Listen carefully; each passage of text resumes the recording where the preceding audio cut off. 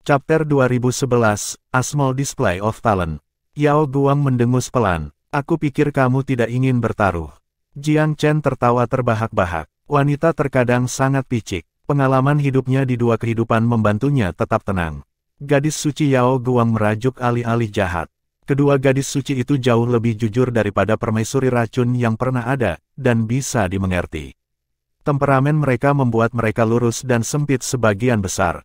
Si Tong tersenyum kecil. Sister Yao Guang, topik apa yang ingin kamu pertaruhkan? Yao Guang mengangkat instrumen di tangannya.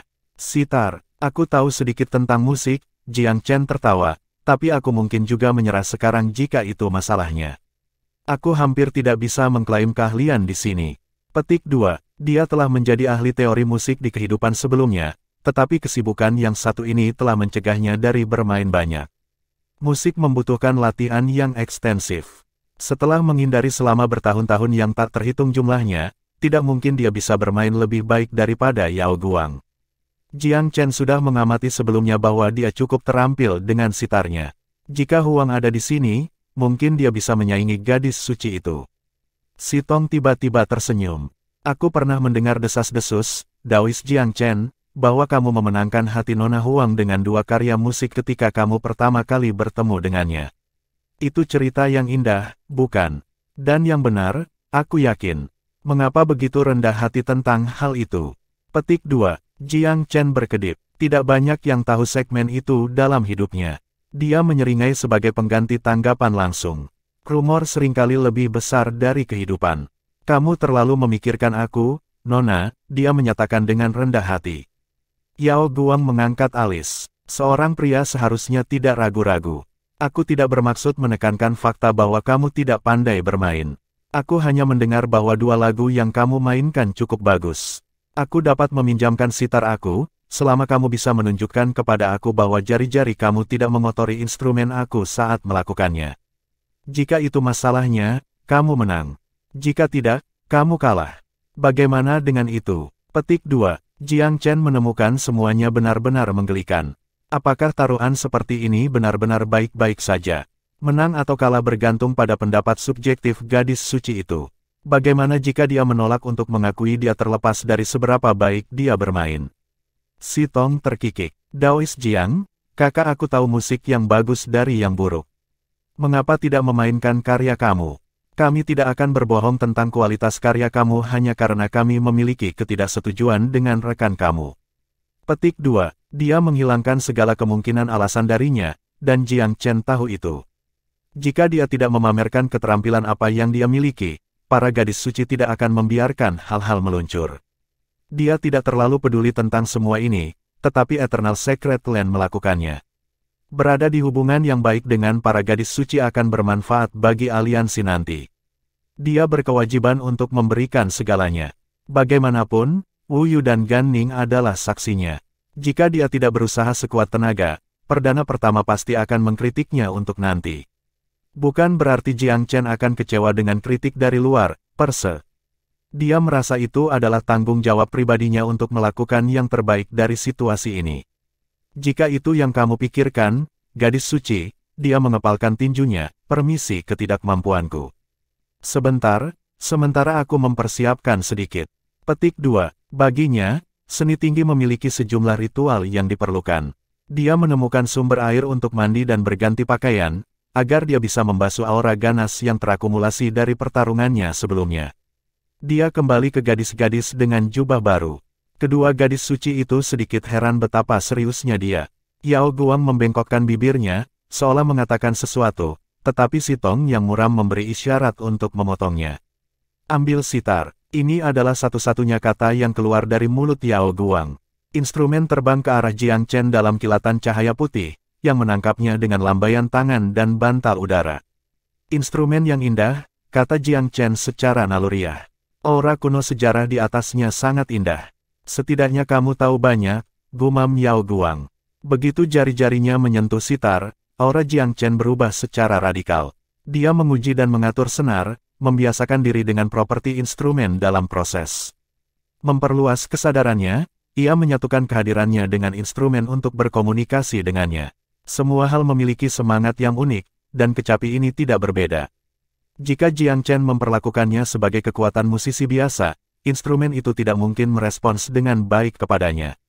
Sitar khusus ini jauh lebih sulit dimainkan daripada rekan-rekannya yang lebih duniawi. Keseriusan Jiang Chen mendapatkan rasa hormat kedua gadis suci itu. Dia jelas mengerti musik dan kecapi. Pemain yang kurang mahir mungkin mencoba untuk pamer segera setelah mendapatkan instrumen. Jiang Chen, di sisi lain, tidak terburu-buru. Dia memilih untuk mencari pengakuan sitar agar dapat memainkannya dengan lebih baik. Hanya penikmat sejati yang akan melakukan itu. Terlepas dari kemampuan bermusiknya yang sebenarnya, ia bukanlah orang yang tidak kompeten. Si Tong tersenyum penuh harap. Setelah Jiang Chen selesai menyetem dan mencoba sitar, ia memastikan pakaiannya rapi sebelum mulai bermain. Nada pertama terdengar dalam perpaduan harmonis antara manusia dan instrumen. Meskipun Jiang Chen agak asing pada awalnya, dia benar-benar masuk ke ayunan hal tak lama setelah itu. Pertama, dia memainkan mantra pembebasan suci. Itu adalah lagu yang menenangkan tanpa banyak lonceng dan peluit. Namun demikian, not-notnya menyentuh jiwa pendengarnya, memberi mereka istirahat dan terbebas dari kekhawatiran. Saat dia memainkannya, seluruh lembah tampak sunyi di sekitar mereka. Semuanya menjadi diam, makhluk roh dan serangga dan angin. Sikap kritis Yao Guang mulai rileks juga. Dahinya tidak lagi kusut karena kesal. Rasa frustrasinya perlahan-lahan hilang. Meskipun Wu Yu dan Gan Ning jauh dari fasih dalam musik, mereka merasakan kedamaian batin setelah mendengarkan lagu itu juga. Setelah nada terakhir terdengar, Jiang Chen dengan hati-hati melepaskan jari-jarinya dari senar. Kedua gadis suci berkedip, hanya menyadari saat itu bahwa bagian itu sudah berakhir. Pria muda di hadapan mereka, yang memiliki komposisi sempurna, sudah mempersiapkan yang berikutnya. The Ethereal Shooting Melody lebih spiritual dan mewah daripada pendahulunya. Versi yang disempurnakan, mungkin, yang membawa aura memabukkan. Bahkan pemilih Yao Guang tertarik dengan catatannya. Chapter 2012, Tustunet Holy Girls. Bahkan karya yang paling indah punah. Meskipun senar perlahan merilis gema terakhir mereka, penonton Jiang Chen merasakan gema musik masih dalam hati mereka. Si Tong dan Yao Guang bertukar pandangan heran. Mereka benar-benar tidak siap untuk kemungkinan bahwa Jiang Chen bisa memainkan lagu yang bergerak seperti itu. Mereka tidak berharap banyak dari kecakapan musiknya. Gaya potongan itu sendiri adalah satu-satunya hal yang mereka nantikan. Ya, melodi-melodi itu menakjubkan, tetapi permainannya lebih dari itu. Dia mulai memetik sitar dengan tangan yang tidak terlatih, hampir tidak layak, di mata mereka. Tetapi tidak butuh waktu lama baginya untuk menjadi jauh lebih baik. Tidak cukup sempurna secara teknis, tetapi tetap bagus. Mereka tidak bisa memahaminya. Jiang Chen tidak pernah dikenal karena keterampilan bermusiknya, dan memang dia tampaknya agak asing, keterampilan bijaksana. Apakah dia mulai belajar di dalam rahim? Si Tong menghela nafas pelan. Kamu telah menyembunyikan dirimu dengan baik, Taois Jiang. Jika aku belum pernah mendengar kamu bermain sendiri, kamu mungkin bisa melewati aku. Petik 2. Mengapa kamu mengatakan itu? Jiang Chen tersenyum. Potonganmu tidak luar biasa indahnya. Bisakah kamu benar-benar memainkannya sementara hanya mengetahui sedikit musik?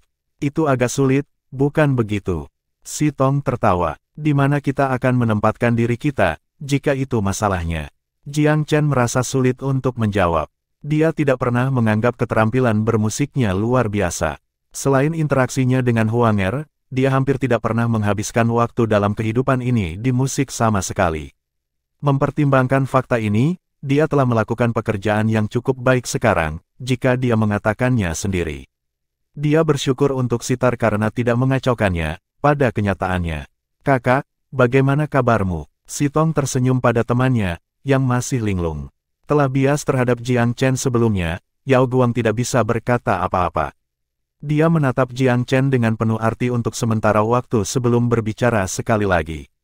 Kurasa dia lewat. Tetap saja, dia jelas bisa bermain, sungguh pembohong. Petik 2. Jiang Chen tertawa terlepas dari situasinya. Dia merasa sulit untuk memperdebatkan hal ini. Dia tidak banyak bermain dalam kehidupan ini, tetapi ingatannya memperkaya dia lebih dari sekadar membayangkan dalam banyak cara. Si Tong tersenyum dengan tenang. Sejauh yang aku tahu, Taois Jiang tidak memiliki kebiasaan bermain musik sendiri. Mungkin dia menemukan itu hobi yang menyenangkan hanya dengan pasangannya, Nona Yan yang cantik. Petik 2. Dia cukup berpikiran terbuka untuk bercanda dengannya. Yang benar adalah, aku belum menghabiskan banyak waktu aku di musik, Jiang Chen memberi hormat. Apa yang aku perlihatkan kepada kamu adalah apa yang tampaknya aku ketahui sejak lahir. Aku tidak mempelajarinya melalui bimbingan atau latihan. Petik 2. Si Tong menjadi serius. Ada rumor bahwa kamu adalah dewa yang bereinkarnasi, Jiang Chen. Jadi ada lebih dari satu kernel kebenaran untuk itu, ya. Beberapa orang secara alami berbakat di berbagai bidang. Seperti kamu, Taois Jiang Chen. Petik 2. Meskipun reinkarnasi dewa jarang terjadi di dunia Dao bela diri yang berkembang dengan baik, itu tetap merupakan fenomena nyata. Karakteristik Jiang Chen tampaknya lebih cocok. Sangat menguntungkan bahwa kedua gadis itu percaya kemahirannya berasal dari itu. Gan Ning dan Wu Yu memuja kemampuan Jiang Chen untuk mengesankan kedua gadis suci melalui pertunjukan musiknya. Mereka mengagumi kecakapannya dalam hampir setiap pengejaran. Permaisuri racun, dua gadis suci ini, dan Yuling dari Martial Secret Land, saudara senior Jiang Chen telah memenangkan semua hati mereka. Beginilah seharusnya seorang pria, gadis-gadis suci yang terhormat, saudara senior Jiang Chen telah memainkan musiknya. Kamu dapat melepaskan saudara senior Sui Chen sekarang, kan? Lei Yong, yang diam sampai sekarang, berbicara pada saat ini. Si Tong mengabaikannya. Sambil tersenyum, dia melirik Jiang Chen sekali lagi. Daois Jiang Chen, tes sebelumnya adalah kakakku. Aku punya salah satu dari aku sendiri. Apakah kamu setuju untuk memenuhi tantangan aku? Petik 2. Masih ada lagi. Jiang Chen tidak tahu apakah harus tertawa atau menangis. Dia hampir tidak bisa menolak Si Tong, sekarang dia sudah lulus ujian Yao Guang. Tolong, silakan. Dia mungkin juga berpura-pura bermurah hati. Hehe, tesku cukup sederhana. Aku hanya punya beberapa pertanyaan untuk ditanyakan, Si Tong terkikik. Pertama, di antara 16 jepit rambut emas Miriat Abis, pangkat apa yang ditempati Nona Yan di hatimu? Gadis suci itu menyeringai nakal. Jelas, pertanyaan ini ditanyakan dengan tipu daya runcing setidaknya sebagian. Jiang Chen terkekeh. Ada banyak ikan di laut, tetapi hanya satu yang cocok untukku. Huang adalah nomor satu, tentu saja. Tidak ada yang bisa menggantikannya. Petik 2. Yao Guang menipiskan bibirnya, jelas tidak puas dengan jawabannya, sementara Si Tong mempertahankan senyumnya. Pertanyaan itu hanya untuk bersenang-senang, oke. Itu tidak masuk hitungan. Petik 2. Jiang Chen sangat kagum. Apakah ini benar-benar dapat diterima? Pertanyaan berikutnya, jika Tanah Suci Abadi menjadi pemimpin aliansi, Taois Jiang akan menjadi sorotan di garis depan Miriat Abis juga. Apa pendapat kamu tentang masa depan Miriat Abis, atau mungkin benua Divine Abyss secara keseluruhan? Petik 2. Tiba-tiba ini menjadi topik yang jauh lebih serius. Jiang Chen merenung lama sebelum membuka mulutnya. Aku tidak tahu apakah Miriat Abyss, atau Divine Abyss secara keseluruhan lebih besar, dapat menunggu kita untuk tumbuh menjadi potensi kita sebagai pemimpin. Berbicara secara hipotetis, jika itu terjadi, maka Miriat Abyss dan daratan harus membuang bias kita dan bersatu sebagai satu. Hanya dengan begitu kita dapat berharap untuk menyelamatkan diri kita sendiri. Pengungkapan koordinat pesawat berarti bahwa invasi off-world dari ras alien mengancam untuk memperbudak kita semua. Petik 2. Mudah dikatakan, tetapi sulit dilakukan. Menurut apa yang kita ketahui, banyak yang sepi selama perang pemeteraian iblis kuno. Mereka menunggu orang lain untuk membuat pengorbanan yang menyakitkan diperlukan untuk melestarikan dunia. Pertanyaan Si Tong sangat tajam. Ada pengecut di setiap saat kekacauan, tetapi juga pahlawan yang bangkit menghadapi tantangan.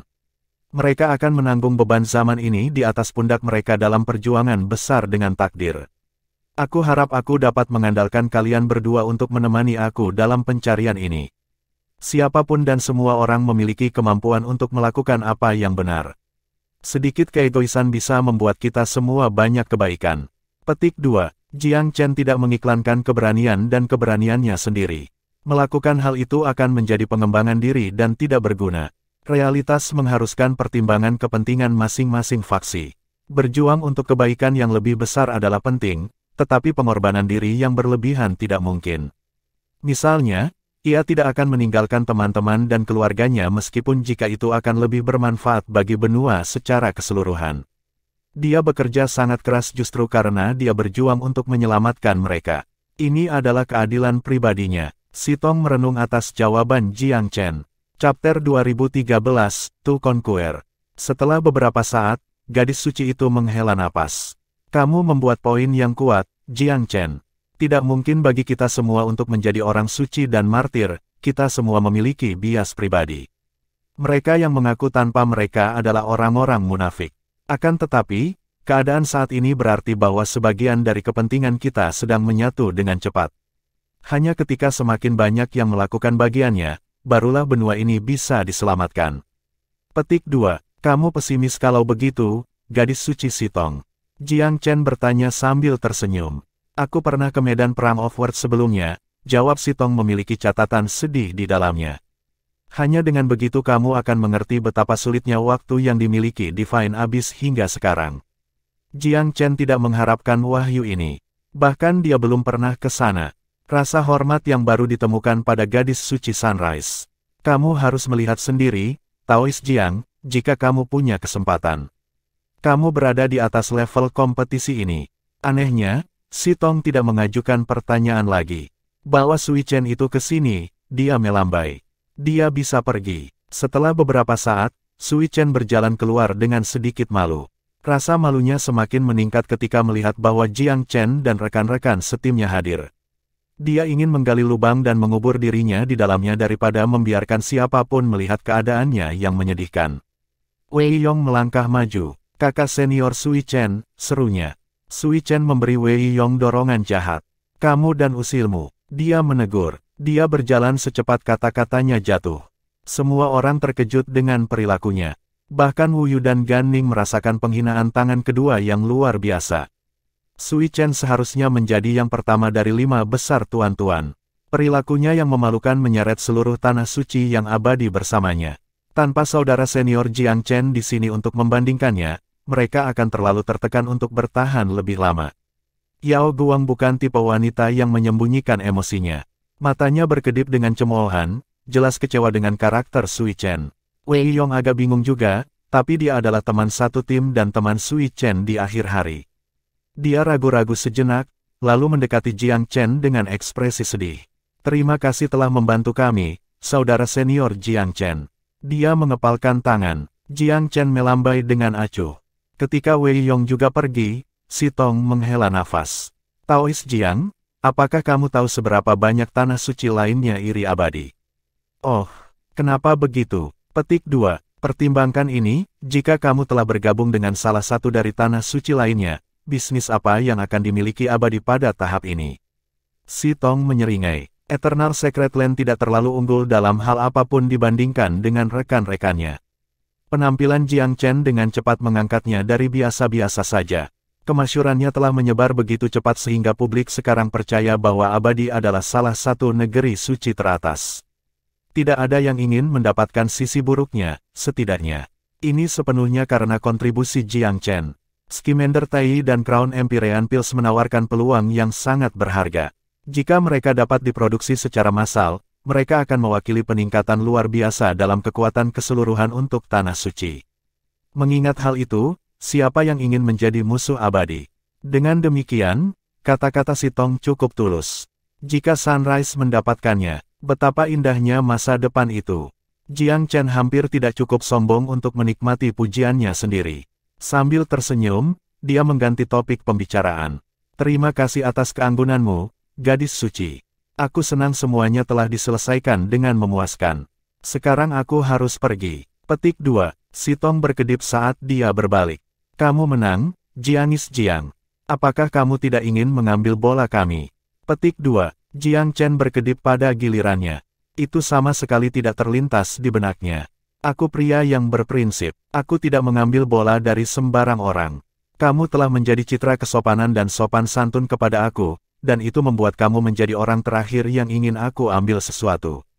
Plus, kamu juga tidak mengambil bola Sui Chen, kan? Petik 2. Bagaimana kamu tahu itu? Si Tong menjawab dengan setengah tersenyum. Jika kamu punya, dia akan menyebutkannya sebelum pergi. Karena dia tidak melakukannya, well, Jiang Chen mengenal Sui Chen dengan baik. Dia bukan tipe pria yang akan makan kerugian berbaring. Si Tong tersenyum tipis, tetapi di dalam hati menyetujui penilaian sehat Jiang Chen. Bagaimana jika kami secara sukarela menyerahkan bola kami padamu? Jika kami ingin kamu menang, lalu bagaimana? Petik 2. Jiang Chen terkekeh. Selama kamu tidak menyerahkan bola ke orang lain, aku cukup yakin bahwa pada akhirnya aku akan menang. Dia mengangkat tinju memberi hormat sekali lagi sebelum berangkat dengan rekan satu timnya sendiri. Sitong tenggelam dalam lamunan sebentar sebelum menghela nafas. Dia berada pada level yang sama sekali berbeda dari kita semua, gumamnya, setengah pada dirinya sendiri. Itu pasti kesepian di atas. Yao Guang dengan keras kepala tidak setuju. Apakah dia benar-benar sebagus yang kamu katakan, Sister Sitong? Dia beruntung karena menjadi dewa reinkarnasi.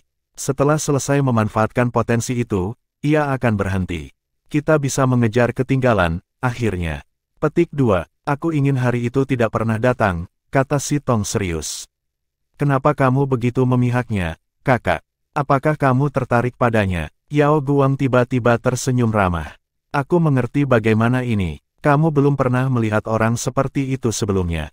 Hehe, gadis suci Sitong mulai memikirkan sesuatu yang berbeda, ya. Petik 2. Apa yang aku pikirkan? Sitong bertanya, masih tersenyum. Cinta. Yao Guang menjulurkan lidahnya dengan nakal. Kamu membuat lelucon dengan biaya aku sekarang, kan? Aku berani mengatakan kamu sangat dingin untuk menarik perhatiannya. Sitong menjawab, tidak semuanya. Aku hanya tidak suka betapa bangganya dia. Saudari, apakah kamu mendengar betapa bejatnya dia?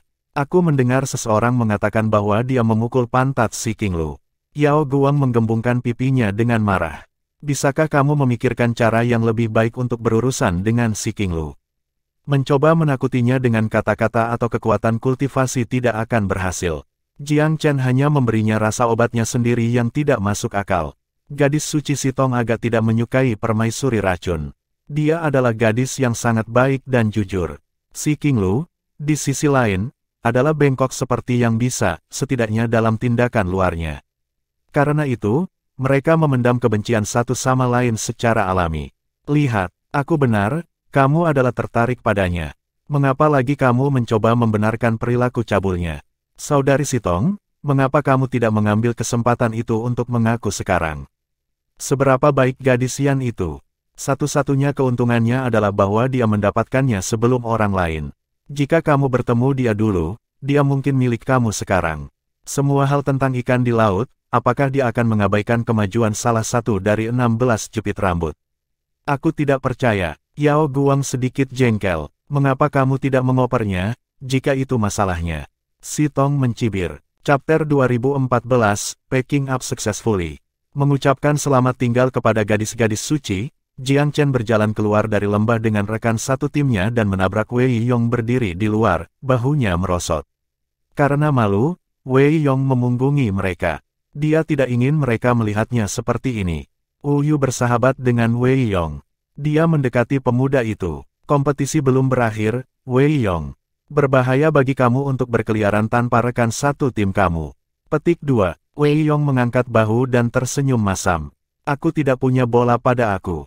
Orang-orang akan buta merampok aku. Petik 2. Kamu tidak punya bola pada dirimu. Bagaimana bisa? Yu bingung. Aku sebutkan sebelumnya bahwa kakak senior Sui Chen memiliki semua bola aku, kan? Dia tidak berbicara dengan aku sekarang. Dia menghilang ketika dia meninggalkan lembah. Selain itu, dia mungkin tidak memiliki orb sendiri. Dia mungkin menghindari kita karena dia pikir dia telah mengecewakan kita. Wei Yong telah mengikuti Sui Chen sejak lama, sehingga keduanya dekat. Ditinggalkan oleh Sui Chen membuatnya tidak seimbang. Jiang Chen dan yang lainnya saling bertukar pandang. Kamu tidak bisa menahan diri untuk tidak berbicara. Aku tidak berusaha membuat ganjalan di antara kamu, Wei Yong, tetapi kedua gadis suci itu tidak mengambil bola kakak Sui Chen. Penjelasan kamu tidak masuk akal. Petik 2. Wei Yong berhenti. Benarkah? Kenapa? Mengapa mereka tidak mengambil bola-bola matanya? Petik 2. Dia menemukan itu sulit dipercaya. Tidak masuk akal bagi para gadis suci untuk tidak mengambil sesuatu dari tawanan mereka. Itulah yang kami katakan. Terserah kamu apakah akan percaya atau tidak, Yu tidak akan mendorong masalah ini. Wei Yong dan Sui Chen selalu dekat.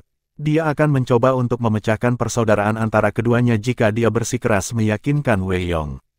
Jiang Chen tersenyum. Berapa banyak bola yang kamu dapatkan, Wei Yong? 7, kalau aku ingat benar. Berapa banyak yang dimiliki tim kamu secara total? Jiang Chen bertanya dengan rasa ingin tahu. Sekitar 30.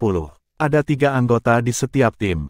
Rata-rata, sebuah tim harus memiliki 30 bola. Namun, sebagian besar tim akhirnya mendapatkan kurang dari itu. Tim Sui Chen, setidaknya, gagal mencapai rata-rata.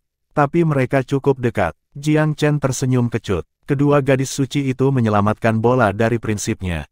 Akan sangat lucu jika dia menjadi ceroboh dan kehilangan bola-bola matanya kepada orang lain selama sisa hari. Petik 2. Mengingat kecerdasan dan kekuatan Sui Chen, atau ketiadaannya, itu sangat mungkin terjadi. Jiang Chen lebih suka bola Sui Chen jatuh ke tangan 2 gadis suci daripada kontestan lainnya. Setidaknya 2 gadis suci tidak memiliki kesempatan untuk menyalip timnya. Beberapa hari berikutnya, Jiang Chen dan timnya tidak mengambil risiko apapun atau melakukan lebih banyak gerakan. Mereka duduk di lokasi yang relatif sepi dan dengan santai menunggu kompetisi berakhir. Namun mereka adalah pengecualian. Persaingan antara tim-tim lain mencapai puncaknya pada akhir 15 hari. Kekerasan pecah setiap kali tim bertemu satu sama lain. Jiang Chen dan teman-temannya mendirikan kemah dalam formasi yang ia dirikan, yang dengan sempurna menyembunyikan kehadiran mereka. Mereka bebas untuk menikmati pemandangan dan tetap di sela-sela saat tim lain bentrok dengan keras. Bola dikonsentrasikan lebih lanjut pada beberapa yang dipilih dalam 3 hari terakhir. Banyak tim memperoleh banyak bola dengan menargetkan tim lain. Jiang Chen tidak secara aktif mencari siapapun, tetapi dia tidak membiarkan orang-orang yang bergerak melawannya pergi. Tidak banyak, tapi dia mendapatkan beberapa bola lagi. Pada akhirnya, jumlah total bola yang dimiliki timnya mencapai hampir 300. Tim kami pasti akan mengambil tempat pertama, kakak senior. Sepertinya kita akan berada di peringkat atas tim kedua dengan selisih yang mengerikan. Petik 2. Pikiran itu sangat menggembirakan Wu Yu dan Gan Ning. Jika mereka tidak berada di tim Jiang Chen, mereka harus bekerja keras untuk tidak berada di peringkat terbawah, apalagi sampai di puncak. Mayoritas kontestan tidak dapat menghabiskan 3 hari dengan tenang bahkan jika mereka menginginkannya. Selama bentangan terakhir kompetisi, mereka menghabiskan siang dan malam menghindari pesaing yang kuat untuk mempertahankan bola mereka. Sangat sedikit yang bisa sesantai dan menganggur seperti tim Jiang Chen.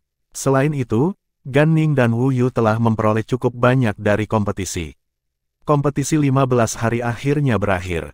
Jiang Chen dan timnya meninggalkan pulau seolah mereka kembali dari liburan. Bahkan para gadis suci tidak berhasil menghindari pertengkaran dalam 3 hari terakhir. Gadis suci Sitong dan Yao Guang keduanya lelah dan babak belur, tampak seperti mereka telah melewati masa-masa sulit. Konsort Poison Si King Lu, di sisi lain, telah kehilangan sebagian besar antusiasmenya setelah dikalahkan oleh Jiang Chen. Dia menyimpan profil rendah yang luar biasa. Para jenius top lainnya yang tujuannya adalah mengambil tempat pertama tampaknya sedih atau percaya diri. Ada lebih banyak yang menyembunyikan emosi mereka di balik ekspresi kosong. Namun, aturan kompetisi sudah cukup efektif. Banyak yang terluka parah. Beberapa bahkan kehilangan 1 atau 2 anggota badan. Namun, 60 kontestan telah memasuki pulau itu dan 60 telah kembali. Namun skor mereka adalah cerita yang jauh berbeda. Jiang Chen dan timnya kembali ke kamp Tanah Suci Abadi.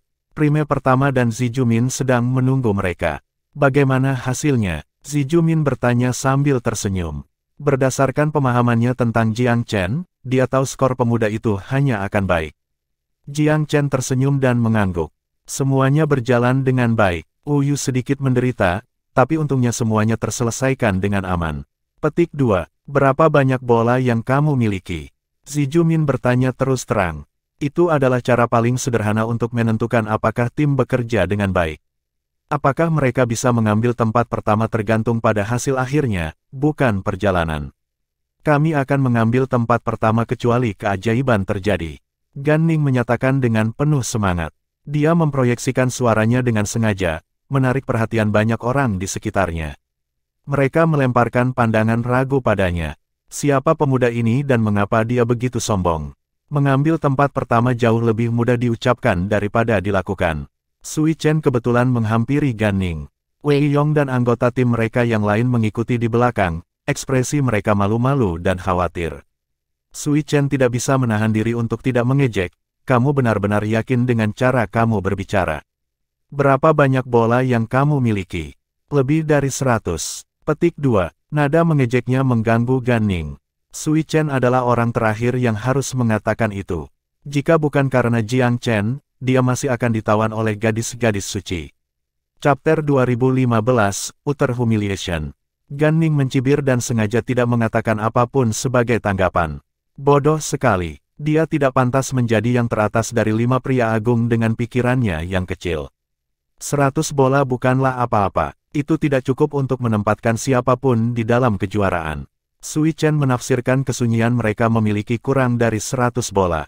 Dia mencibir, kamu berani bicara tentang mendapatkan tempat pertama ketika kamu bahkan tidak punya 100. Apakah kamu pikir cukup untuk memiliki 6 atau 70 bola? Petik 2. Kesal, Gan Ning menimpali, kamu adalah top of the 5 great gentlemen, kakak senior Sui Chen. Secara teori, kamu harus menjadi panutan eternal. Katakan padaku, berapa banyak bola yang bisa didapat kamu memiliki? Sui Chen membeku. Itu memukulnya di tempat yang paling menyakitkan. Suaranya turun. Huff, aku punya angka yang cukup bagus, dan aku mendapatkan semuanya melalui cara yang sah. Tidak seperti seseorang tertentu, yang merampok orang tak bersalah dan merusak reputasi eternal. Petik 2. Sui Chen melemparkan batu pertama untuk menutupi aibnya. Yu mengerutkan kening. Kamu seharusnya tidak menyebarkan desas-desus, saudara senior Sui Chen. Jika kamu memiliki sesuatu untuk dikatakan, katakan langsung. Jangan membuat sindiran. Kita semua tahu siapa yang memalukan Eternal dan merusak reputasinya dalam kompetisi. Apakah kamu membutuhkan aku untuk meluruskan? Petik 2. Sui Chen selalu cemburu pada Jiang Chen. Dia mengejek ketika Wu Yu dan Gan Ning melompat untuk membela Jiang Chen tanpa diberitahu, seperti budak kecil yang baik. Kamu peringkat kedua di antara 5 tuan-tuan besar, Wu Yu. Apakah kamu membungkuk begitu rendah sehingga kamu harus mengibas-ngibaskan ekor kamu pada Jiang Chen seperti anjing kecil? Nada suara Sui Chen menetes dengan racun. Wajah Wu Yu mendung. Kamu hanya meminta penghinaan, Sui Chen. Perlukah aku mengingatkan kamu bagaimana kamu mencoba menggoda gadis-gadis suci tetapi akhirnya ditangkap karena kekasaran kamu? Haruskah aku beriklan bagaimana saudara senior Jiang Chen menerima tantangan mereka dan memenangkan pembebasan kamu? Bagaimana kamu mengklaim bahwa para gadis suci mengambil semua bola sehingga kamu bisa mengambil semua bola rekan tim kamu? Petik 2. Kata-katanya memotong. Wajah Sui Chen memerah. Omong kosong. Aku tidak butuh bantuan kamu. Mereka tidak akan menyakitiku bahkan jika kamu tidak melakukan apa-apa. Pembunuhan secara eksplisit dilarang. Paling-paling mereka bisa menjatuhkan aku dengan mengeroyok aku. Mereka tidak bisa membunuhku. Aku tidak perlu menyelamatkan. Sui Chen dengan terang-terangan memutarbalikkan kebenaran. Wei Yong menunduk, malu. Dia tidak bisa percaya orang di depannya adalah saudara senior yang selalu dia kagumi. Sui Chen adalah orang yang mengatakan kepadanya untuk mencari bantuan Jiang Chen. Bagaimana dia bisa menyangkal fakta dan bahkan menyalahkan Jiang Chen? Itu baru saja melewati batas. Jiang Chen telah menyelamatkan Sui Chen dan membantunya mendapatkan kembali kebebasan. Kalau tidak, kedua gadis suci itu bisa membuatnya sangat menderita. Perdana pertama memandang Jiang Chen, lalu Sui Chen. Anggota dari faksi yang sama harus saling mendukung, Sui Chen. Hanya seorang pria picik yang mengolok teman-temannya. Selain itu, kamu harus bersyukur jika Jiang Chen yang menyelamatkan kamu. Tidak pantas bagimu untuk memutarbalikkan kebenaran. Petik 2. Dia masih seorang pemimpin yang adil, dan dia cukup pintar untuk mengumpulkan apa yang telah terjadi berkat ungkapan Wei Yong dan yang lainnya. Berapa banyak bola yang kamu miliki, Sui Chen? Tanyanya. Jujur, tidak ada. Kedua gadis suci mengambil semuanya. Sui Chen tampaknya bertekad untuk tetap berpegang pada ceritanya. Jiang Chen berhenti. Benarkah Sui Chen tidak memiliki bola mata? Apakah kedua gadis suci itu membohonginya? Nalurinya mengatakan kepadanya bahwa ini bukan masalahnya. Sui Chen tidak memberikan pernyataan palsu. Meskipun demikian, Sui Chen tidak akan mengatakan dia tidak memiliki bola jika dia punya bola. Bagaimanapun, itu akan menentukan skor tim dan skor pribadinya. Mungkin spekulasi asli Jiang Chen benar. Sui Chen telah kehilangan bola di 3 hari terakhir. Mereka telah diambil oleh orang lain selain 2 gadis suci setelah dia meninggalkan lembah. Wei Yong tidak bisa mempercayai telinganya. Banyak bola orb milik kita, saudara senior Sui Chen. Dia berseru, bagaimana kamu kehilangan mereka? Tolong beritahu kami agar aku tahu bagaimana aku kalah. Petik 2. Dia tidak tahu harus percaya apa, tapi dia mulai mencurigai Sui Chen. Kedua gadis suci itu benar-benar tidak tampak seperti pembohong. Jika mereka menginginkan bola-bola itu, mereka bisa membuat Sui Chen menjadi tawanan sampai akhir kompetisi. Kemudian bolanya akan menjadi milik mereka. Tidak masuk akal bagi mereka untuk membiarkan dia pergi dan kemudian ambil bolanya. Sui Chen menatap Wei Yong dengan tatapan tajam. Kamu tidak percaya padaku. Wei Yong mengerutkan bibirnya. Ini tidak benar, kakak senior. Aku berusaha keras untuk mendapatkan bola juga. Aku berdarah dan berkeringat untuk mereka. Jika seseorang mengambilnya dari kamu, kamu harus mengatakan yang sebenarnya. Sejauh yang aku tahu, kedua gadis suci tidak mengambil bola kami. Kepada siapa kamu kehilangan mereka? Petik 2. Itu mereka. Sui Chen berbohong dengan terang-terangan. Kedua gadis itu membohongimu. Mereka ambisius dan menginginkan tempat pertama. Petik 2. Percakapan mereka terputus oleh ledakan tawa dari kelompok Flora. Ini Sui Chen, bukan. Terima kasih atas tawaran 30 bola dalam 2 hari terakhir. Aku akan mengingat kontribusi kamu jika aku berhasil mendapatkan tempat pertama. Petik 2. Itu adalah Lu Mingye. Setelah si King Lu menderita kekalahannya dan menyerah untuk memenangkan kompetisi, Lu Mingye naik ke puncak dan menjadi kontestan terkuat Flora. Selama beberapa hari terakhir, dia mengumpulkan banyak bola melalui paksaan dan setiap trik yang bisa dipikirkan orang. Dia juga menginginkan tempat pertama. Menurutnya, si King Lu tidak lagi menjadi ancaman. Jika dia menjadi juara, dia akan memimpin Flora di masa depan. Itulah sebabnya dia melangkah ketika dia melihat Sui Chen berdebat dengan teman-temannya di Eternal. Ini kesempatan yang terlalu bagus untuk dilewatkan. Dia mengejek dan memprovokasi Sui Chen, sehingga mempermalukan abadi dan meningkatkan pertikaiannya. Wajah Sui Chen memerah karena malu. Setelah semua tuduhan yang dia timpakan pada dua gadis suci, Lu Mingye telah mengungkapkan kebohongannya dengan kalimat sederhana. Itu menusuk dadanya dan tamparan ke wajahnya. Dia tidak bisa lebih dipermalukan. Chapter 2016, Astuning Sum.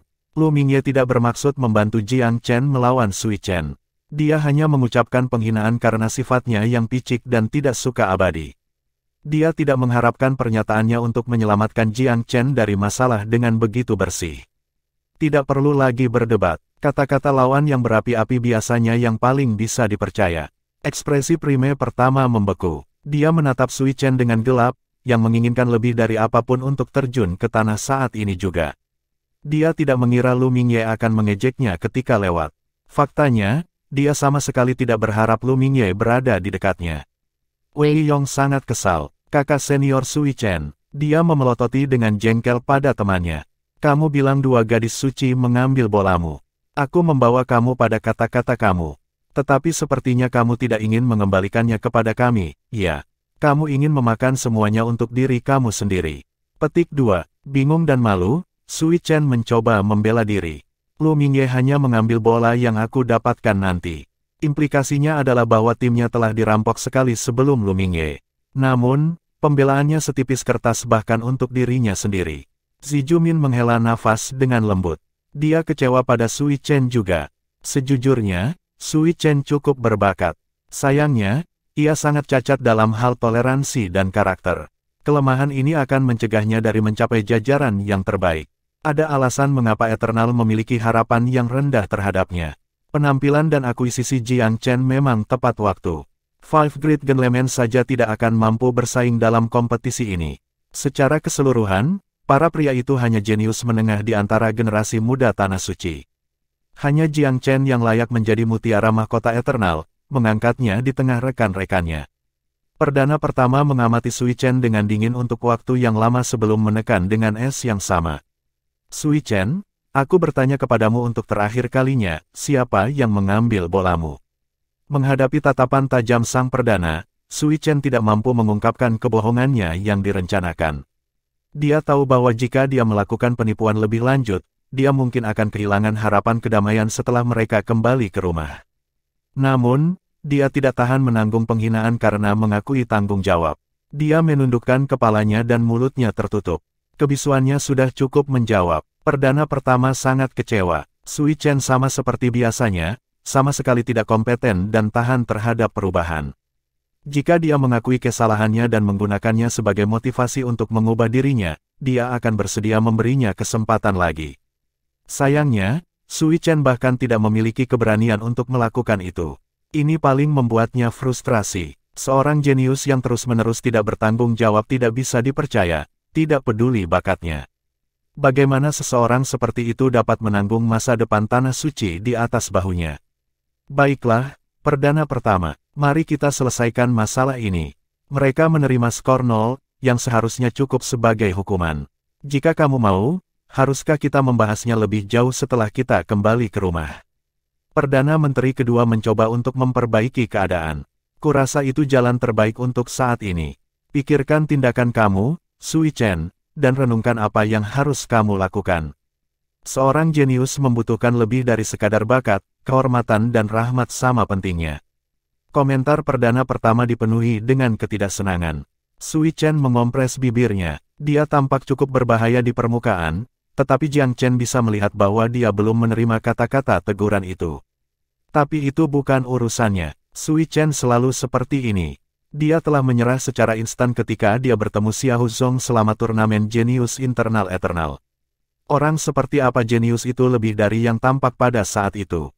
Dengan demikian, Jiang Chen selalu berhubungan suam-suam kuku dengan Sui Chen selama bertahun-tahun. Tetap saja, dia bisa melihat bahwa perdana yang pertama cukup kesal.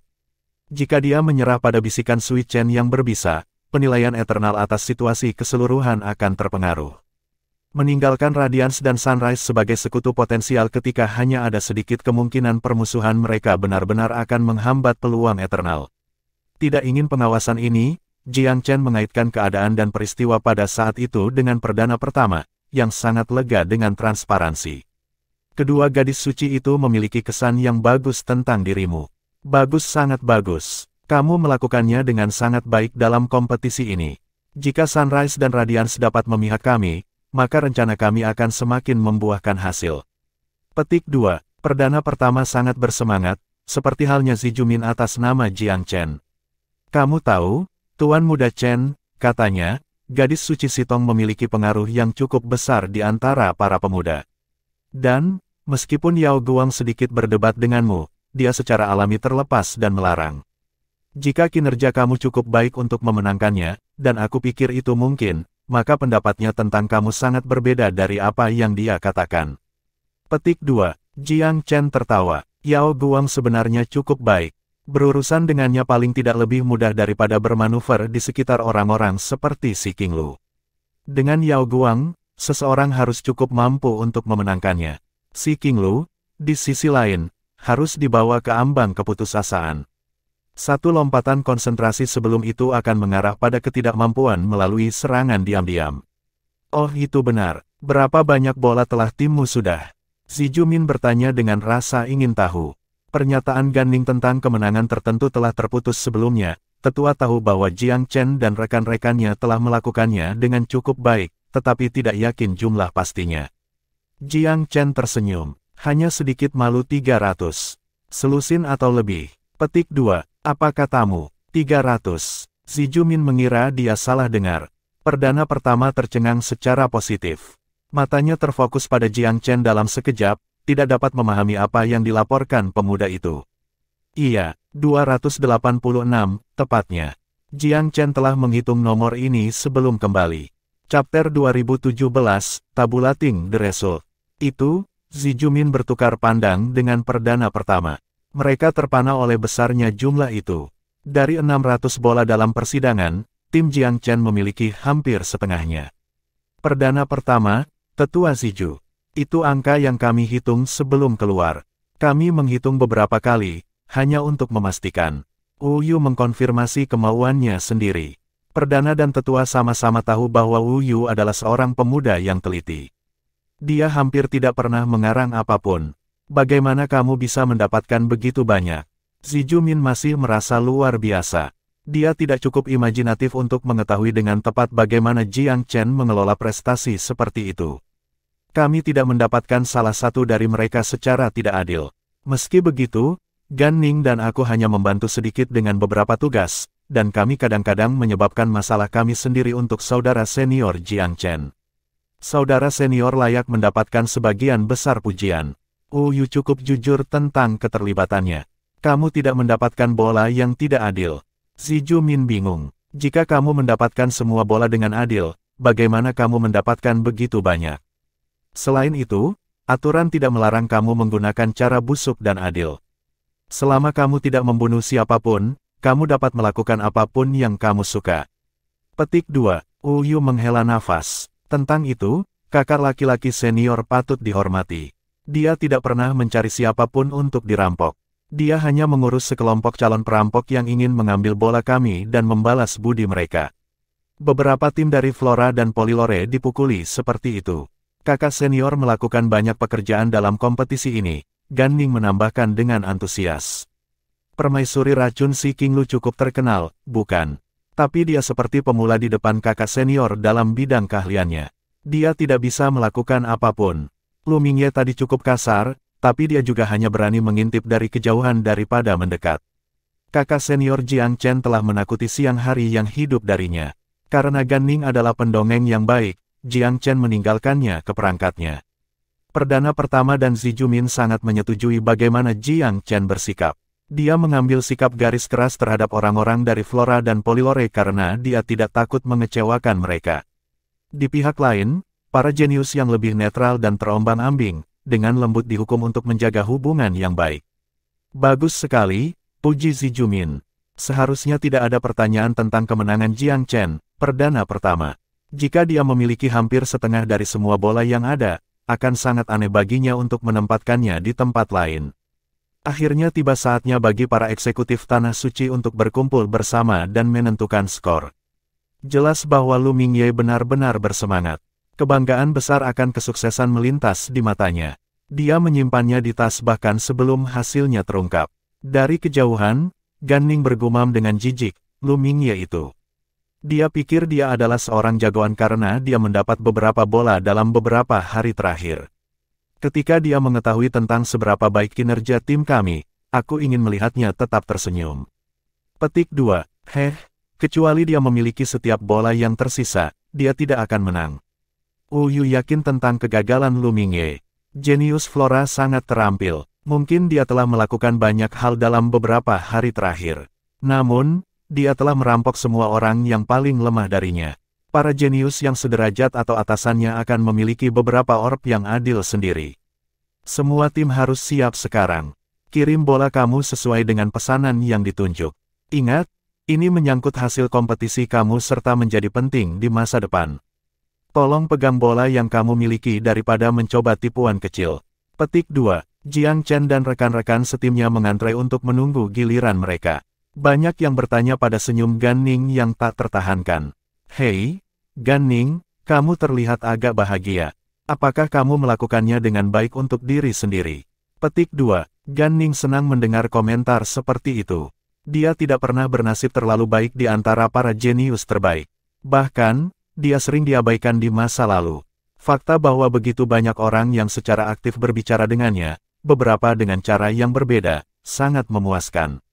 Dia mendapat manfaat dari hubungannya dengan saudara seniornya, tetapi itu tidak masalah. Di sisi lain, tim Lu Mingye juga berbaris. Tatapannya yang menyeramkan menyapu Jiang Chen dan dua temannya seperti ular beludak. Saat ini, hanya mereka yang merasa terancam olehnya. Dia tidak punya banyak waktu untuk mengisi pikirannya dengan pikiran-pikiran kosong sebelum tiba giliran timnya untuk menyerahkan bola-bola mereka. Tim Lu Mingye telah mengumpulkan banyak bola. Dua anggota junior masing-masing memiliki sekitar 20, sementara Lu Mingye sendiri mengambil 6 kali lebih banyak. Ditambahkan bersama, seluruh tim memiliki lebih dari 160 bola. Sejumlah besar tim lain gempar atas apa yang baru saja mereka saksikan. Tidak heran banyak tim telah mengeluarkan sejumlah bola orb. 2, pada kenyataannya, telah mengirimkan 0 sama sekali. Mereka tampaknya dirampok buta sebelum keluar. Ya ampun, Lu Mingye ini benar-benar sesuatu. Timnya mendapat 160 bola dengan sendirinya. Tentunya mereka adalah juara. Petik 2. Aku selalu berpikir bahwa permaisuri racun adalah jenius terbaik Flora Secret Land. Mungkin itu salah paham. Lu Mingye jelas lebih baik. Petik 2. Dia akan menjadi nomor 1 di seluruh 10 tanah suci segera, bukan? Lu Mingye memiliki jumlah pendukung yang mengejutkan, beberapa dari mereka baru saja berkumpul di tempat. Tim Lu Mingye memiliki lebih dari 5 kali jumlah rata-rata bola. Itu adalah wahyu yang benar-benar mengejutkan. Senyum tak terlihat melengkung di sudut mulut Gan Ning. Jika Jiang Chen tidak menginstruksikan dia untuk menjaga hal-hal dekat dengan tanah dan sipil, dia akan mulai membual di tempat. Meski begitu, dia meledak dengan sukacita. Wajah berseri-seri Lu Mingye hanya membuatnya semakin bersemangat. Sekarang giliran kami, kakak, katanya dengan gembira. Para hakim eksekutif tersenyum pada Jiang Chen dan rekan timnya saat mereka mendekat. Keluarkan bolamu dan beritahu kami berapa banyak yang kamu miliki. Kami akan mencatat nomor kamu. Petik 2. Aku Gan Ning dari Tanah Suci Abadi. Aku punya 28 bola. Gan Ning sengaja berbicara sekeras yang dia bisa.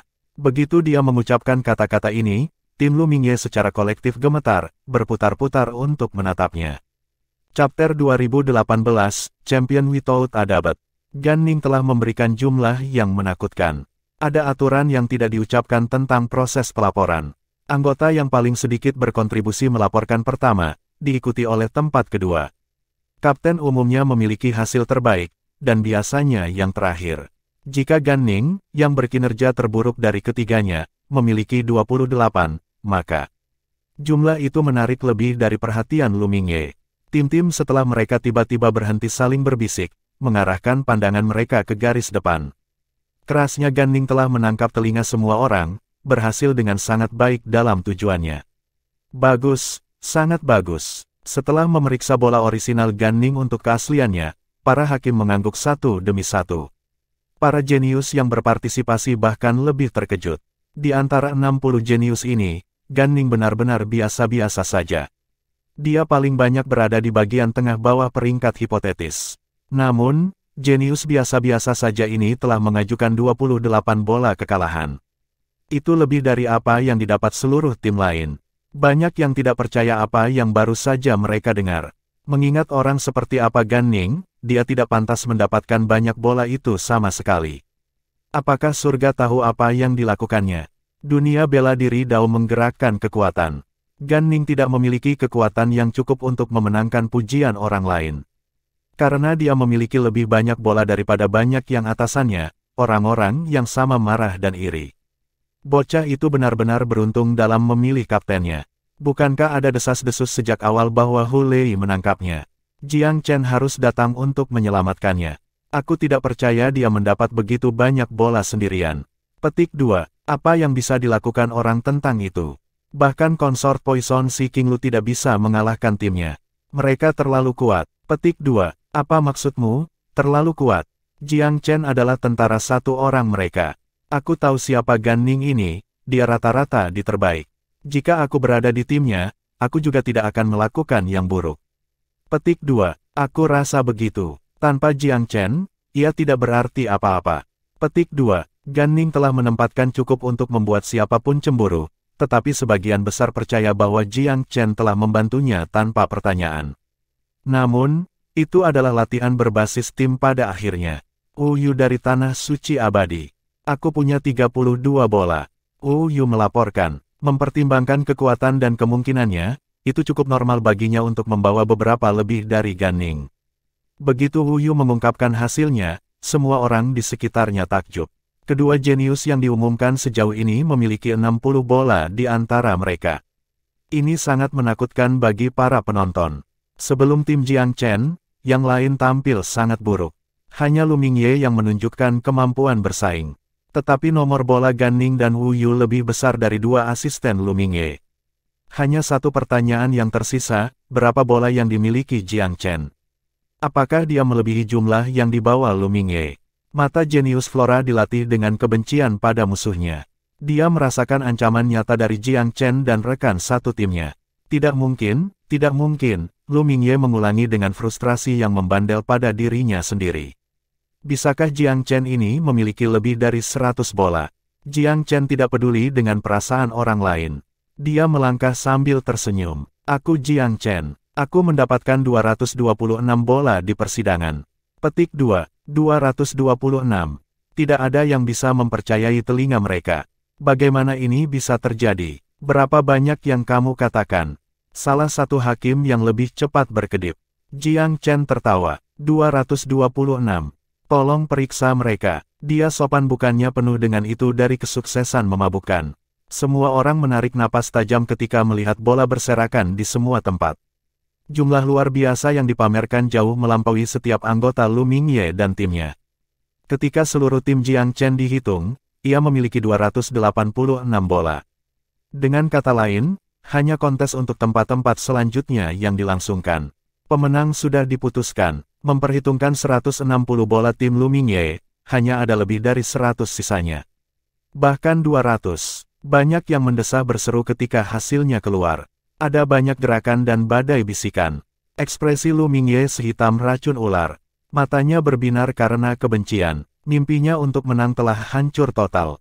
Tidak ada yang mengejutkan tentang apa yang terjadi selanjutnya. Gadis suci Sitong dan Yao Guang tidak melaporkan banyak bola. Beberapa yang mereka miliki tampak asal-asalan. Yang paling mengejutkan dari semua adalah bahwa si King Lu mengirimkan tepat 0 bola. Setelah perampokan Jiang Chen, dia telah kehilangan semua harapan untuk menang. Pada saat itu, sudah sangat menyakitkan bahwa tidak ada yang bisa menghentikannya. Hasilnya akhirnya dihitung. Tim Jiang Chen dipimpin 1 mil, dengan tim Lu Mingye tertinggal di belakang sebagai yang kedua. Tempat ketiga juga jauh dari posisi kedua. Perbedaan setelah itu hampir tidak diucapkan, karena hampir tidak ada orang yang memiliki bola pada saat itu. Tidak semua orang bisa menandingi reputasinya sendiri. Bangkitnya tiba-tiba muda Jiang Chen telah membuat persaingan antara orang-orang muda di Tanah Suci jauh lebih menarik. Hari ini, dia tampaknya memotong di atas yang lain. Petik 2. Haha, selamat, Taoiski. Jenius kamu ini akan menjamin kamu setidaknya 10.000 tahun kekayaan. Petik 2. Kepemimpinan eternal sama baiknya dengan di dalam tas, iya. Daoiski, apakah mungkin untuk menyerahkan Jiang Chen muda kepada kami di sini di Void? Haha, kita di sini di Everlasting akan membayar apapun untuk hak istimewa itu. Jiang Chen tidak suka komentar yang dibuat tentang dia. Dia adalah orang, bukan barang dagangan. Sangat konyol bagi siapapun untuk berbicara tentang menghasilkan dirinya. Untungnya, perdana yang pertama dengan tegas menolak. Teman-temanku, kata-katamu memalukan bagi nama Jiang Chen. Dia jenius yang datang setiap 100.000 tahun. Bagaimana kamu bisa berharap mencocokkannya dengan hal-hal materi? Eternal Secret Land benar-benar diberkati dengan kekayaan 20.000 tahun untuk memilikinya. Kamu bisa melupakan kami menyerahkannya. Petik 2, Chapter 2019, The Second Round of the Grand Competition. Tim Jiang Chen menempati posisi pertama dengan selisih yang tak terbantahkan. Menurut aturan, Jiang Chen akan menerima tambahan 50 poin sebagai kapten tim, dan Wu Yu dan Gan Ning masing-masing mendapat 30 dan 20 poin. Selain itu, setiap bola dihitung sebagai titik. Jiang Chen memiliki 226 bola. Ketika 50 poin bonus ditambahkan, skornya setelah putaran pertama 276 poin mengejutkan. Itu jauh lebih dari apa yang diharapkan oleh penyelenggara. Tidak pernah dalam mimpi terliar mereka mengantisipasi bahwa bola akan begitu terkonsentrasi. Jiang Chen telah memperoleh lebih dari sepertiga dari total bola yang tersedia. Sementara itu, Lu Mingye mendapatkan lebih dari 100 dirinya. Dengan bonus untuk kapten tim peringkat kedua, skor total Lu Mingye adalah 150, yang menempatkannya di peringkat kedua dalam peringkat individu. Tetapi nilainya hanya sekitar setengah dari Jiang Chen. Sisa kontestan jauh lebih berkerumun bersama. Kuda hitam itu adalah Wu Yu dan Gan Ning. Mereka bukan salah satu jenius terbaik sejauh ini, tetapi skor mereka berada di atas. Babak pertama berakhir dengan Jiang Chen memiliki keunggulan absolut dan keunggulan luar biasa. Mereka yang menganggap Jiang Chen sebagai pesaing utama mereka, jauh di belakangnya dalam hal poin. Yang paling tidak disangka-sangka, si King Lu, jenius misterius yang diidolakan setiap anak muda, mengakhiri babak pertama dengan penampilan yang buruk. Namun demikian, itu hanya babak pertama. Tidak lebih dari pemanasan, untuk berbicara. Babak berikutnya dimulai tanpa memberi para kandidat waktu untuk beristirahat. Bagian utama dari kompetisi besar adalah untuk memulai. Pulau dataran tinggi selalu menjadi lokasi yang paling sangat dibatasi di bawah pemerintahan 10 tanah suci. Sekitar Sunplane adalah 10 pulau terlarang. Bagian kedua dari kompetisi besar akan diadakan di 10 pulau. Ada misi di setiap pulau. Menyelesaikan misi di pulau pertama memberi kamu 10 poin. Pulau kedua memberi kamu 20. Pulau ketiga memberi kamu 30. Mengikuti pola itu, 10 pulau memberi kamu 100 poin. Poin akan terakumulasi. Dengan kata lain, jika kamu menyelesaikan misi di 10 pulau, kamu akan mendapatkan total 550 poin. Ini adalah ujian kekuatan individu. Kami kembali menawarkan hadiah tambahan untuk 3 kontestan teratas. Tempat pertama jaring tambahan 100 poin. Posisi kedua bertambah 50. Tempat ketiga menerima 20. Jumlah poin kamu dari 2 putaran kompetisi adalah skor total kamu, yang akan menentukan peringkat kamu. Babak kedua memberi lebih banyak poin dibandingkan.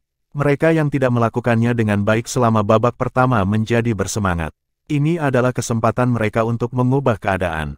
Jika mereka menonjol di babak kedua, mereka bisa menebus skor rendah mereka dari yang pertama.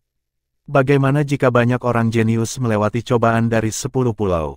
Tanya seseorang. Bagaimana peringkatnya diputuskan? Cukup sederhana. Jika lebih dari 1 kontestan melewati jumlah pulau yang sama, mereka akan diberi peringkat berdasarkan waktu yang dibutuhkan mereka untuk menyelesaikan misi. Petik 2. Tidak ada yang keberatan dengan metode peringkat. Lu Mingye sangat ingin segera beraksi.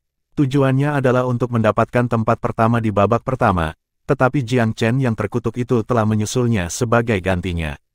Syukurlah, dia memiliki peluang yang sangat bagus untuk kembali ke putaran kedua selama dia melakukannya dengan baik. Kekuatan pribadi adalah yang terpenting di bagian kompetisi ini.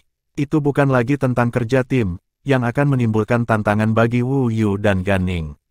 Gan Ning, terutama, akan mengalami kesulitan. Meskipun demikian, dia tidak terlalu khawatir. Dia tahu dia adalah salah satu yang paling lemah di antara 60 jenius. Dia tidak akan kehilangan apapun bahkan jika dia sangat di babak berikutnya. Baiklah, buat persiapanmu, kandidat. Besok pagi akan menjadi awal babak kedua. Kamu akan memasuki pulau pertama di waktu dan lokasi yang berbeda. Ingat, setiap pulau memiliki batas waktu. Jika kamu gagal menyelesaikan misi dalam batas waktu, itu dianggap sebagai kegagalan dan eliminasi kamu. Kamu semua akan diberikan slip giok untuk menjaga waktu, yang juga akan menampilkan misi di setiap pulau. Petik 2. Setelah penjelasan aturan, beberapa orang jenius bersemangat, sementara yang lain memiliki wajah serius. Banyak dari mereka masih ingin menang. Jiang Chen tidak terlalu khawatir. Bahkan jika dia tidak melakukannya dengan baik di bagian pertama kompetisi, itu tidak akan mempengaruhi pola pikirnya sama sekali. Kalian semua, terlihat tajam. Mendorong Zi Jumin. Kami tidak menuntut kamu untuk mendapatkan skor yang baik, tetapi setidaknya lakukan yang terbaik. Tunjukkan pada kami kemampuan sejati kamu. Petik 2. Sebaliknya, perdana pertama berpaling ke Jiang Chen penuh harap. Kursi ini memiliki harapan tinggi untukmu. Kamu harus mengambil mahkota. Jangan biarkan siapapun dari Flora menang. Petik 2. Jiang Chen tersenyum. Aku akan berusaha yang terbaik. Itu meyakinkan perdana pertama. Dia percaya bahkan 2 jenius top Flora tidak akan bisa mengancam Jiang Chen, mengingat kemampuannya yang superior. Jelas, Lu Mingye belum setuju. Dia dengan sepenuh hati fokus untuk menang dan menggunakan kesempatan ini untuk bangkit di dunia. Ini akan memiliki efek yang tak terhitung pada masa depannya. Sangat sempurna jika dia bisa mengalahkan Jiang Chen dan naik ke puncak. Keesokan paginya, semua jenius siap untuk menghadapi putaran kedua dalam kondisi terbaik mereka. Mereka masing-masing menerima slip batu giok. Jiang Chen menganggapnya penasaran. Siapkan dirimu. Kamu memasuki pulau terlarang pertama. Sekarang, sepatah kata nasihat.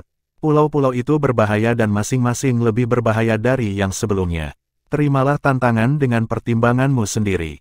Petik 2. Dengan kata lain, mereka mungkin terluka, atau bahkan lebih buruk. Jiang Chen tersenyum. Dia tidak mengabaikan peringatan itu, tetapi dia tidak akan terlalu memikirkannya. Ada keyakinan dalam ketenangannya yang tenang. Dia segera dikerahkan ke pulau terlarang pertama, Pulau Fog, menurut slip giok. Seperti namanya, pulau itu diselimuti kabut tebal yang tak berbatas. Jiang Chen akan menemukan pintu rantai perak. Begitu dia melakukannya, dia akan menyelesaikan tantangan pertama. Chapter 2020, The Grey Wolves Alpha. Misi pertama cukup sederhana. Tantangan utama pulau itu adalah kabut. Itu mengaburkan pandangan seseorang dan mengaburkan penilaian mereka. Waktu reaksi juga akan lebih lama ketika bahaya melanda. Untungnya, tidak ada yang menjadi masalah bagi Jiang Chen.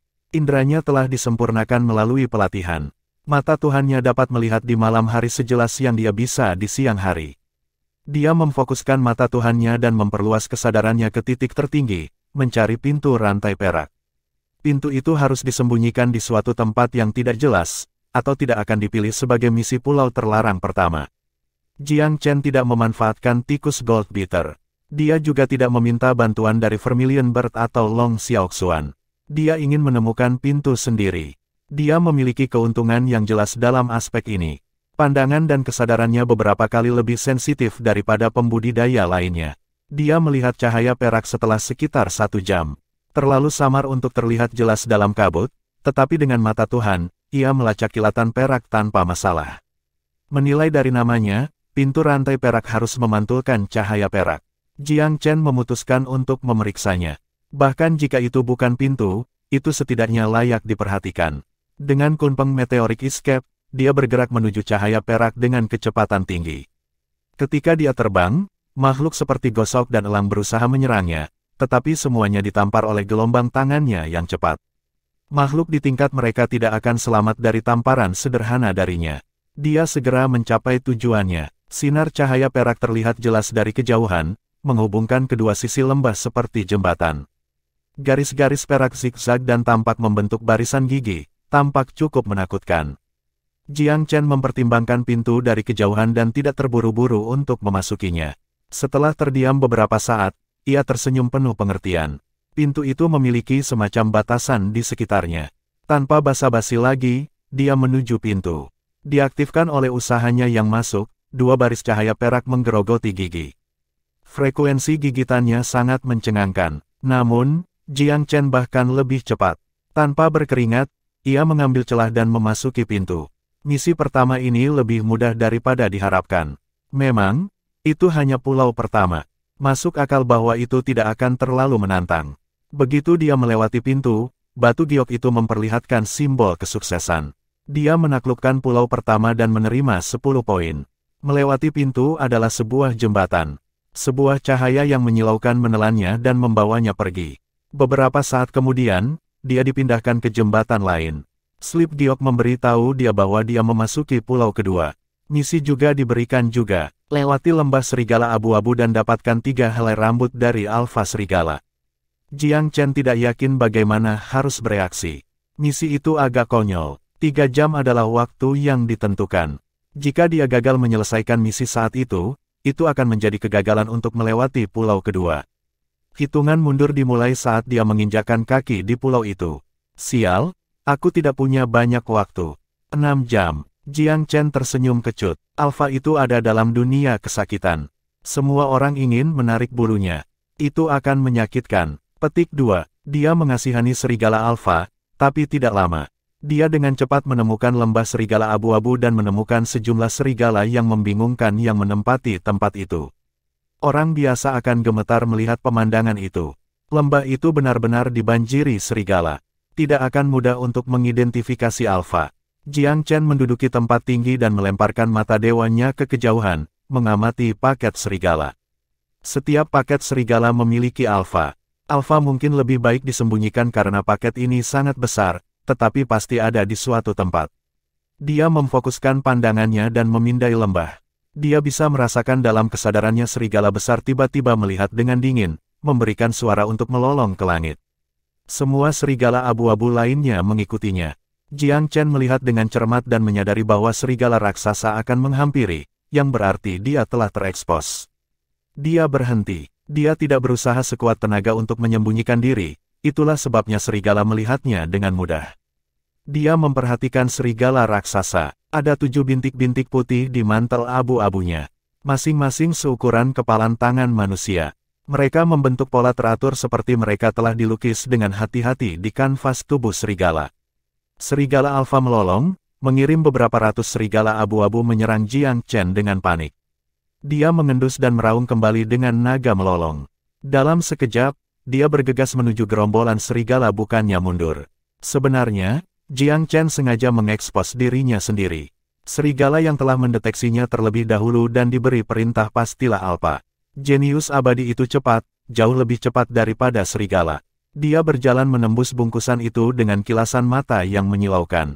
Kenangan traumatis muncul di benak Alpha ketika melihat Jiang Chen terbang. Itu harus lari. Bersenandung dengan rengekan aneh, serigala di sekitarnya melemparkan diri mereka ke Jiang Chen seolah-olah mereka sudah gila. Jelas bahwa Alpha mengakui Jiang Chen sebagai ancaman. Kecepatan dan kekuatan manusia muda membuatnya takut akan hidupnya ketika menyadari betapa tangguhnya manusia itu.